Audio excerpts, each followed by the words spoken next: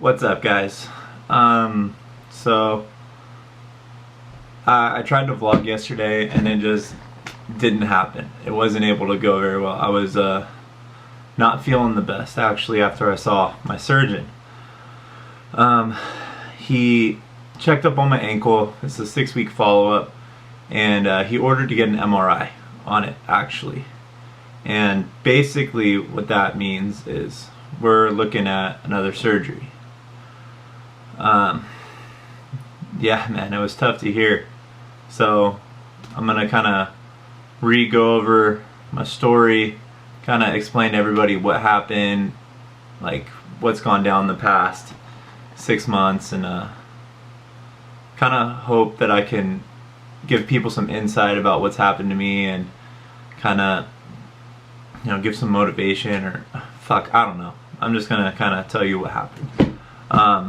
So it was December 7th, 2015 actually. And I went and got on my motorcycle. I'd only been riding for about a month and a half. And I went to go home. I went to leave work. I was tired. I wasn't paying attention. I was rushing home basically to go to sleep. I had to be at work at 4:30 in the morning, so I wasn't paying attention, which was stupid of me. But hopped on my bike, started to ride home, slid out, right? Laid my bike down, laid it down on my leg, and dislocated my knee. At the time, like right after the accident, I thought I had just broken my femur, and I was really hoping that that's all I did. But got taken to the hospital in an ambulance, got taken to a trauma center, and they were saying I was probably going into emergency surgery. It didn't hit me all at that time, but I was just kind of going through, thinking, oh, okay, just broken leg, whatever. Ended up, on the table in the trauma center, in the emergency room. They were talking about amputating my leg. I didn't have the best feeling in my leg, nor did I have very good circulation, and my leg swelled up pretty instantly. It swelled up to about 3 times the size of what it used to be. I'll put a picture somewhere. But okay, still didn't hit me. And then they started doing ligament testing because they did x-rays and everything was fine. They x-rayed my entire body, head to toe, nothing broken or anything, so that was good. But then they did the ligament testing on me. Tested ACL. And I know the tests, I've gone through them and I've done them before. ACL was gone. PCL was gone. LCL was gone. MCL was gone. I never heard of anyone ever tearing all 4 ligaments in their knee. And after talking to some people and after everything that's gone down, found out nobody does that. So I'm very, very lucky. And I'm very lucky to have my leg and lucky to be alive and moving and all that stuff. So got my MRI a couple days later than my accident, stayed in the hospital, got my MRI, and yeah, it turns out all 4 of them were torn. So they called a couple doctors, and I don't remember it the whole best because I just was on a bunch of drugs and shock and everything. But from what I remember is I talked to 3 different doctors. 2 of them said there was no reason to try and save my leg. They were just going to amputate it. Third doctor, Dr. Lanahan, said we would do what we could. And I had to follow up with him in his office and had to go check up with him after I got out of the hospital. So got out of the hospital. Colin and Randy actually took me in, and I will be forever grateful and forever forever in their debt for them helping me and taking care of me. So they took me in, helped take care of me for a couple days. Went to see Dr. Lanahan, and he said that I would be lucky to keep my leg. I'd be lucky to walk. I'd be lucky to do anything. And he said he would do what he could. So, okay. I broke down in the office right there. It was tough. It was really tough to hear. My life had changed completely at that point, and sorry, this is tough.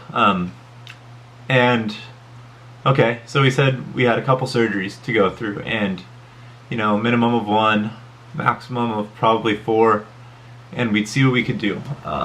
And might end up amputating my leg. Okay.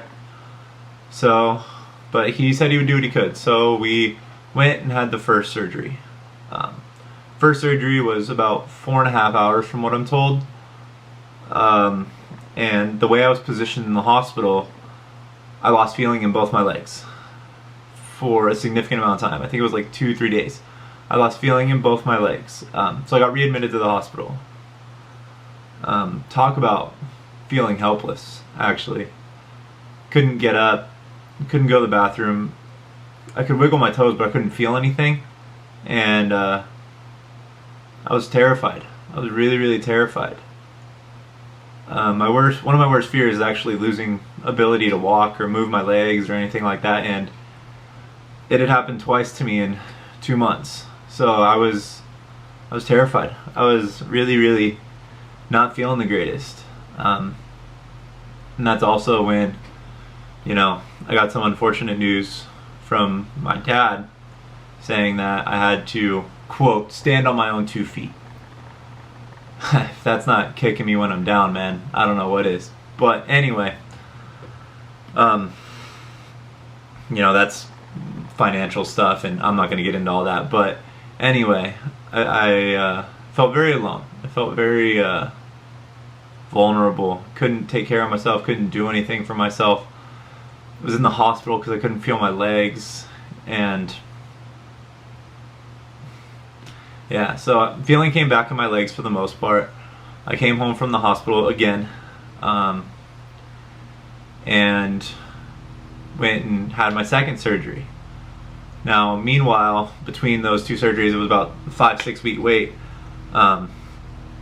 I was trying to get mobility back. I was trying to move around, and it just wasn't happening. Atrophy was a real thing. Like, my legs shrunk to about 3 times the size, or about 1/3 of the size of what it was, and I wasn't feeling too good. A couple times I definitely thought about killing myself, because like what's the point, right? What's the point of going through all the pain and all the suffering and anything like that? But every once in a while I was able to go to the gym. I was able to work out a little bit. I was able to focus on the moment, focus on the day, and achieve what I could in the moment. So had my second surgery, had it in Dr. Lanahan's private facility, because he said what had happened to me in the hospital, the first hospital, with losing feeling in my legs, was unacceptable, and it was because of improper care. So he took me at his own facility, and I had surgery there. And so the first surgery fixed my ACL and PCL, and meniscus. I also tore my meniscus and all this. But so the first one, we did that. Second one, we did LCL, and MCL actually apparently heals on its own, which I didn't know, but now I learned that. So after my LCL surgery, I got back home, and things weren't feeling better. Things really hurt. Still didn't have the best thoughts. I was really trying to not abuse my medication. I was really just trying to stay positive throughout the whole thing, but I was really, really pessimistic about it all. Didn't have any hope whatsoever. Started going to physical therapy about 3 or 4 weeks after my surgery, and still at that point, Dr. Lanahan said we'd be lucky to even move the leg, to be able to use it.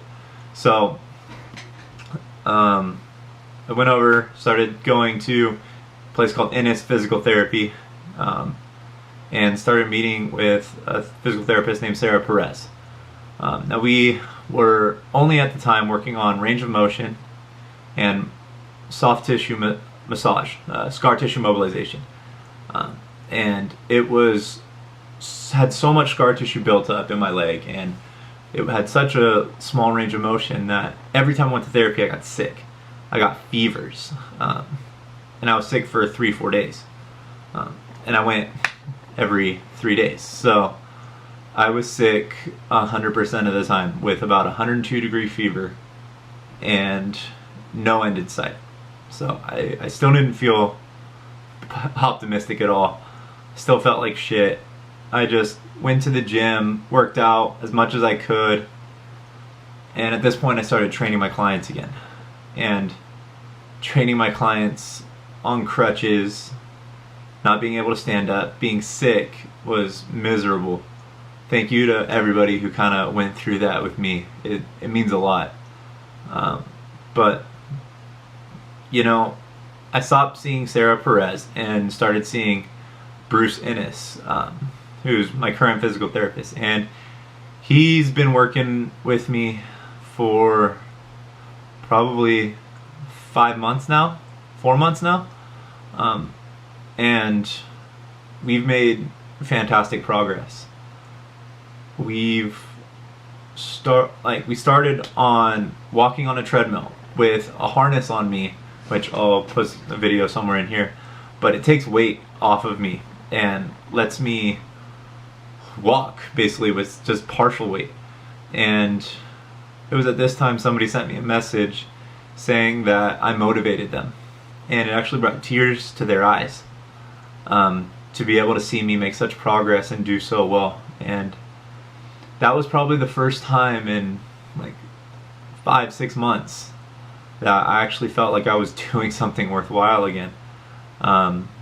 It was the first time again that I felt that spark, that happiness to be able to really help somebody and, you know, show them that there's opportunity and there's just progress to be had. And that gave me a huge spark of motivation to keep pushing, keep getting bigger, keep getting the leg bigger, keep getting the leg stronger, so I can be able to walk and move again and move properly. So I kept going through physical therapy and everything, and it's just been getting better and better since then. We are about 10 months since my accident, and I'm able to do pretty much everything. I'm able to walk, I'm working on my running, I can jump. You know, there's pain, a lot of pain, but nothing I can't deal with, nothing I can't survive and push through. You know, kind of problem with dropping an 800-pound bike on my leg. But I went and saw my surgeon yesterday, and you know, I was thinking I was good. You know, my ankle's been hurting a lot, but I didn't think too much of it because I've just been so stoked on how my knee's been doing and how everything's been going really well. And yesterday he pretty much told me that we're probably looking at another surgery on my ankle. And this is a struggle for many reasons. One, I don't want to take steps back. I don't want to have to be back on crutches. I don't want to have another surgery. And I don't want to make my clients wait again. I don't want to have to take a pause on training. I'm also not going to have health insurance pretty soon, or I'm going to need to be able to find it on my own, and I don't want to have to switch up my surgeons and my physical therapists and all that stuff. So the other side of it is, if I don't get the surgery, I have a very unstable ankle. I have a really bad anterior glide, so I can dislocate it by doing a number of things: walking on unstable surfaces, slipping, doing any type of squat, workout, skateboarding, surfing, swimming, you know, basically you name it, and I can dislocate my ankle. And it's a shitty situation. It really is. I don't know what to say. I don't know what to feel. But man, I'm fucking just mentally exhausted. I'm physically exhausted. I've been just working so hard to just get better, and being told that I'm probably gonna need another surgery is just the biggest kick to the stomach you can take, really.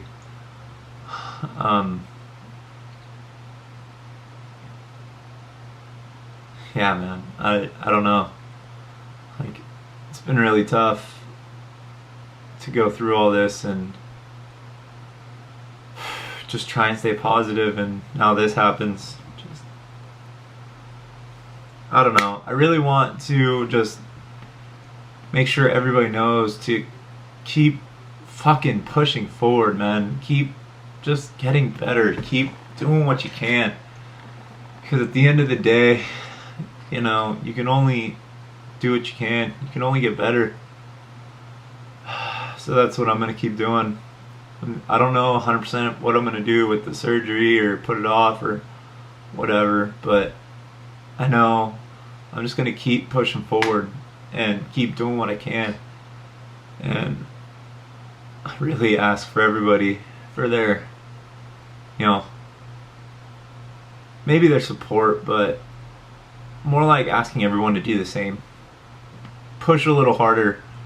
Do a little bit more that you think you can't do, because you don't know you don't know if tomorrow's guaranteed, and you don't know what's gonna happen. So you don't know what you're capable of until you try.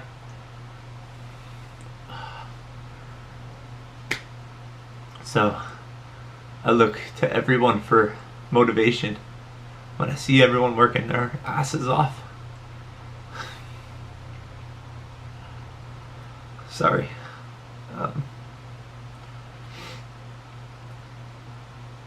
Yeah, I don't know, even know what the point of that was. Just kind of want to get the feelings off my chest and kind of let everyone know what's going on, and hope that maybe this can give somebody some hope or some motivation or whatever. But if you made it this far, thank you guys for watching. Love you. Thank you for your support. Yeah, and I'll let you know what happens. See you in a bit.